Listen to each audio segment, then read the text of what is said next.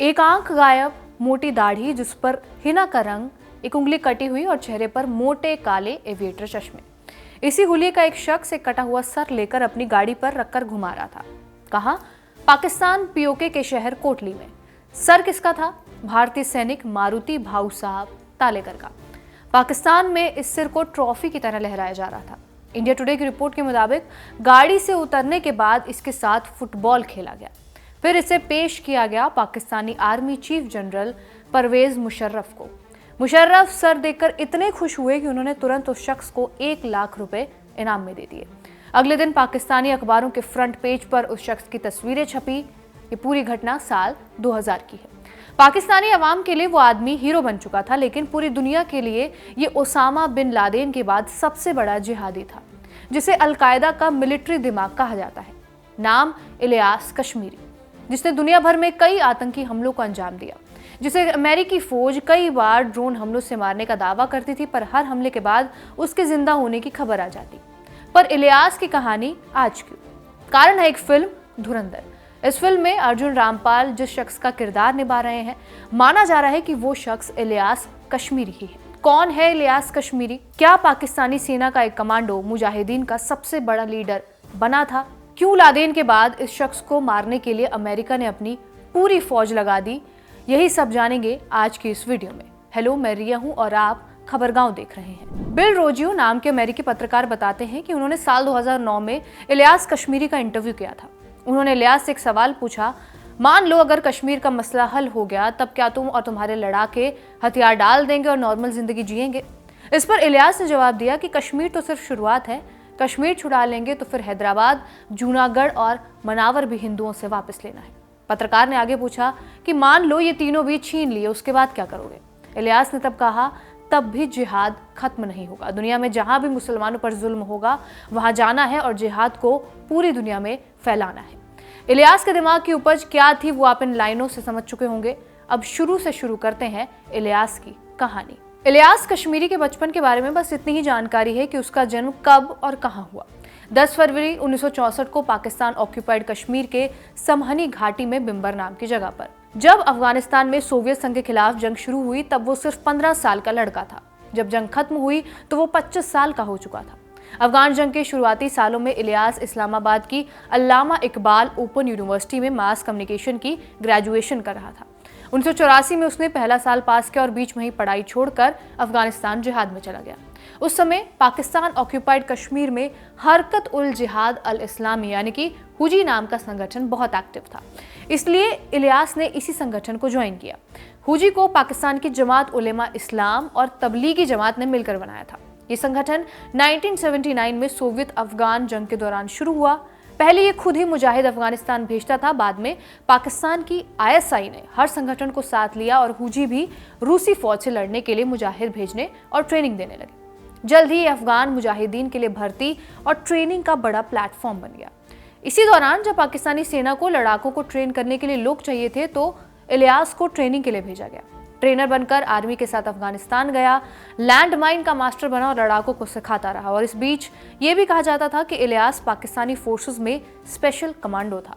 ऐसा इसलिए माना जाता था क्योंकि LOC पर हमला करते वक्त पाकिस्तानी आर्मी कश्मीरी को कवर फायर देती थी। हालांकि इस बात का कोई भी प्रूफ या रिकॉर्ड नहीं है। इलियास कश्मीरी हुजी के साथ ही वफादार रहा और अफगान जंग के आखिरी दिनों तक लड़ता रहा और इसी लड़ाई में उसकी एक आंख चली गई। उम्र सिर्फ 25 साल की थी, लेकिन कश्मीरी हुजी का टॉप कमांडर बन चुका था। रूसी सेना से लड़ने के बाद कश्मीरी को कोटली से 20 किलोमीटर दूर एक बड़े ट्रेनिंग कैंप का जिम्मा सौंपा गया।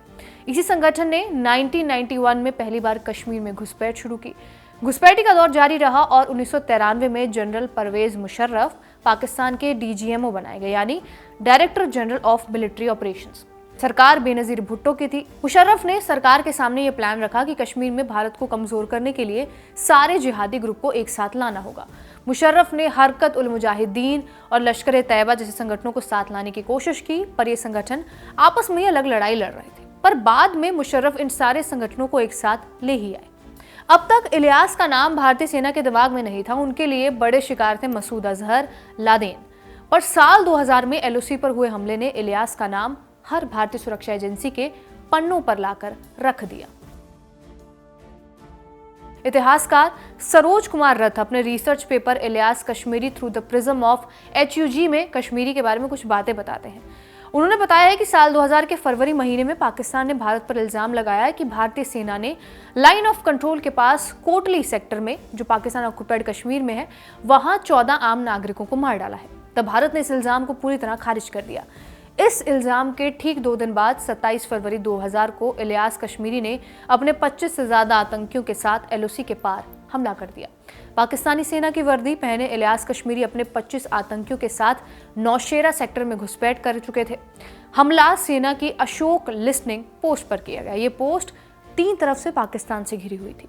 पाकिस्तानी सेना ने भारी गोलीबारी और मोर्टार से कवर फायर दिया ताकि इलियास कश्मीरी का ग्रुप अंदर घुस सके। पोस्ट पर सिर्फ 8 भारतीय जवान थे और हमले के कारण 2 भारतीय जवान शहीद हो गए और 2 लापता हो गए। 2 लापता जवानों में से एक सिपाही भाऊ साहब मारुति तालेकर, जो 17 मराठा लाइट इन्फेंट्री के जवान थे, उनकी हेडलेस बॉडी वहां पर मिली। सिपाही भाऊ साहब का सर इलियास कश्मीरी ने काट लिया और उसे पाकिस्तान ले गया। पाकिस्तानी अखबारों ने बड़े गर्व से लिखा कि इलियास कश्मीरी ने यह हमला भारत से बदला लेने के लिए किया। पाकिस्तान में उसे 1 लाख रुपए इनाम भी दिया गया और तत्कालीन राष्ट्रपति परवेज मुशर्रफ ने उसकी तारीफ भी की। यही वो घटना थी जिसने उसे पाकिस्तान में हीरो और भारत में खतरनाक आतंकवादी बना दिया। इस हमले के बाद 1 मार्च 2000 को भारत ने Pakistani deputy high commissioner Akbar जेब को बुलाया और कड़ा प्रोटेस्ट नोट उनके हाथ में थमा दिया।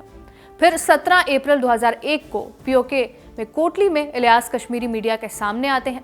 उन्होंने कहा, भारत बातचीत का ऑफर दे रहा है, ये सब धोखा है। सीज फायर बस एक चाल है ताकि हम जिहादियों और कश्मीरी आवाम में फूट डाल दें। भारत को कश्मीर पर कब्जा बनाए रखने और कश्मीरियों को मारने का मौका नहीं मिलेगा। अमेरिका और इजराइल का कितना भी साथ हो, भारत को बचने नहीं देंगे। इन हमलों के बाद इलियास कश्मीरी ने अपनी खुद की आतंकवादी यूनिट बनाने का फैसला किया। ये यूनिट थी ब्रिगेड 313। ब्रिगेड 313 एक खास कमांडो स्टाइल आतंकवादी यूनिट थी और इसका नाम इस्लामिक इतिहास की जंग बदर से लिया गया था, जहां पैगंबर मोहम्मद के सिर्फ 313 साथियों ने बड़ी फौज को हरा दिया था। इस यूनिट को 2002 से 2003 में इलियास कश्मीरी ने खुद बनाया था और ये पहले हरकत उल जिहाद अल इस्लामी का सबसे एलीट हिस्सा था। बाद में 2007 से 2009 के बीच इलियास कश्मीरी ने पूरी ब्रिगेड 313 को अलकायदा को सौंप दिया और ये अलकायदा की शैडो आर्मी जो थी वो कहलाई जाने लगी और आमतौर पर बन भी गई। इसमें सिर्फ चुनिंदा बहुत अच्छे ट्रेनिंग वाले लड़ाके होते थे जो ज्यादातर पाकिस्तानी और अफगान थे। इनकी खासियत थी कमांडो स्टाइल घुसपैठ, यानी कि सटीक हमले करना, बम बनाना और बिना डरे मौत को गले लगाना। इलियास कश्मीरी इसका पहला और सबसे लंबा कमांडर रहा 2003 से लेकर अपनी मौत जो 2011 में हुई। अलकायदा में वो ओसामा बिन लादेन और आयमान अल जवाहिरी के बाद तीसरा या चौथा सबसे बड़ा मिलिट्री लीडर बन चुका था। इलियास कश्मीरी के नेतृत्व में ही ब्रिगेड 313 ने सबसे बड़े बड़े हमले किए।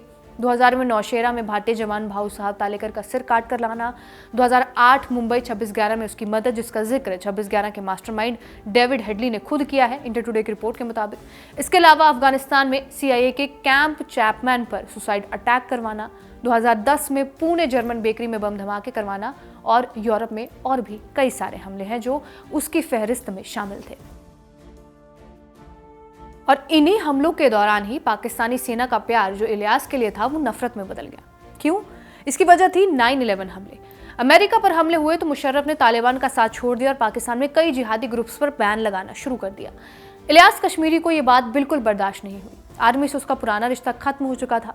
एड्रियन लेवाई की किताब स्पाई स्टोरीज के मुताबिक इसी के चलते 2003 में मुशर्रफ पर जानलेवा हमला भी हुआ। पहला हमला 14 दिसंबर 2003 को हुआ जब रावलपिंडी में मुशर्रफ की बख्तरबंद मर्सिडीज पुल पर थी। तभी पुल में छिपा बम फटा, कार बुरी तरह हिली, मुशर्रफ फर्श पर गिर गए लेकिन बच गए। इसी के ठीक 11 दिन बाद 25 दिसंबर को इस्लामाबाद में दूसरा हमला हुआ। 200 किलो C4 से कार हवा में उछली और जैश का एक 23 साल का लड़का जो सुसाइड बॉम्बर था वो मारा गया। तीसरा हमला जुलाई 2007 में हवाई हमला ही था जो मुशर्रफ का प्लेन टेक ऑफ कर रहा था तब हुआ, जब anti aircraft gun, machine gun और शोल्डर मिसाइलें दागी गई। हथियार जाम होने से ये जान बच गई। इन सारे हमलों के पीछे इलियास कश्मीरी का दिमाग और सैकड़ों नाराज पूर्व फौजियों का हाथ था जिन्होंने ये कसम खाई थी कि मुशर्रफ को वो किसी भी कीमत पर खत्म कर देंगे। पर यहाँ पर एक और पेच था, सबूत नहीं मिले और इसी के कारण इलियास को कुछ ही हफ्तों में छोड़ दिया गया। 2005 में वो अपनी 313 ब्रिगेड लेकर कश्मीर छोड़कर सीधा पाकिस्तान के ट्राइबल एरिया यानी कि वजीरिस्तान में शिफ्ट हो गया।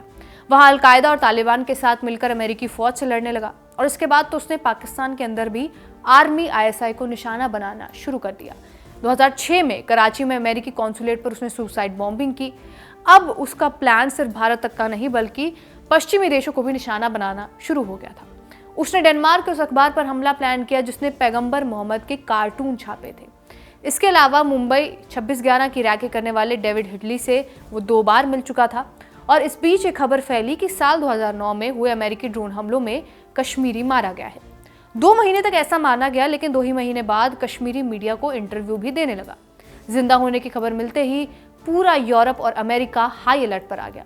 NBC न्यूज की एक रिपोर्ट मुताबिक इलियास ये कहना चाह रहे थे कि मुंबई हमले उन हमलों के सामने कुछ भी नहीं है जो उन्होंने फ्यूचर के लिए यानी कि आगे के लिए प्लान किए हैं। यूरोप में ये खौफ फैल गया कि इलियास कहीं लंदन, पेरिस, बर्लिन में मुंबई जैसा हमला तो नहीं प्लान कर रहा। और इसके अलावा इलियास ने अमेरिका में लॉकहीड मार्टिन कंपनी के CEO को मारने का भी प्लान बनाया था, क्योंकि उसे ये गलत फहमी थी कि ड्रोन इसी कंपनी के बनते हैं। 2011 में जब उसामा बिन लादेन मारा गया तो कश्मीरी को लादेन का उत्तराधिकारी बनाने की लिस्ट में भी शामिल किया गया। लादेन के मरने के बाद अमेरिका ने इलियास कश्मीरी के सर पर $5 मिलियन यानी कि करीब 42 करोड़ रुपए का इनाम रखा। उसी साल अमेरिका ने इसे ग्लोबल टेररिस्ट और हुजी को विदेशी आतंकी संगठन घोषित कर दिया। यानी कई बार ये अफवाहें फैलती रहती थी कि इलियास मारा जा चुका है, लेकिन वो हमेशा इंटरव्यू देने के लिए या फिर मीडिया के सामने आ जाता था।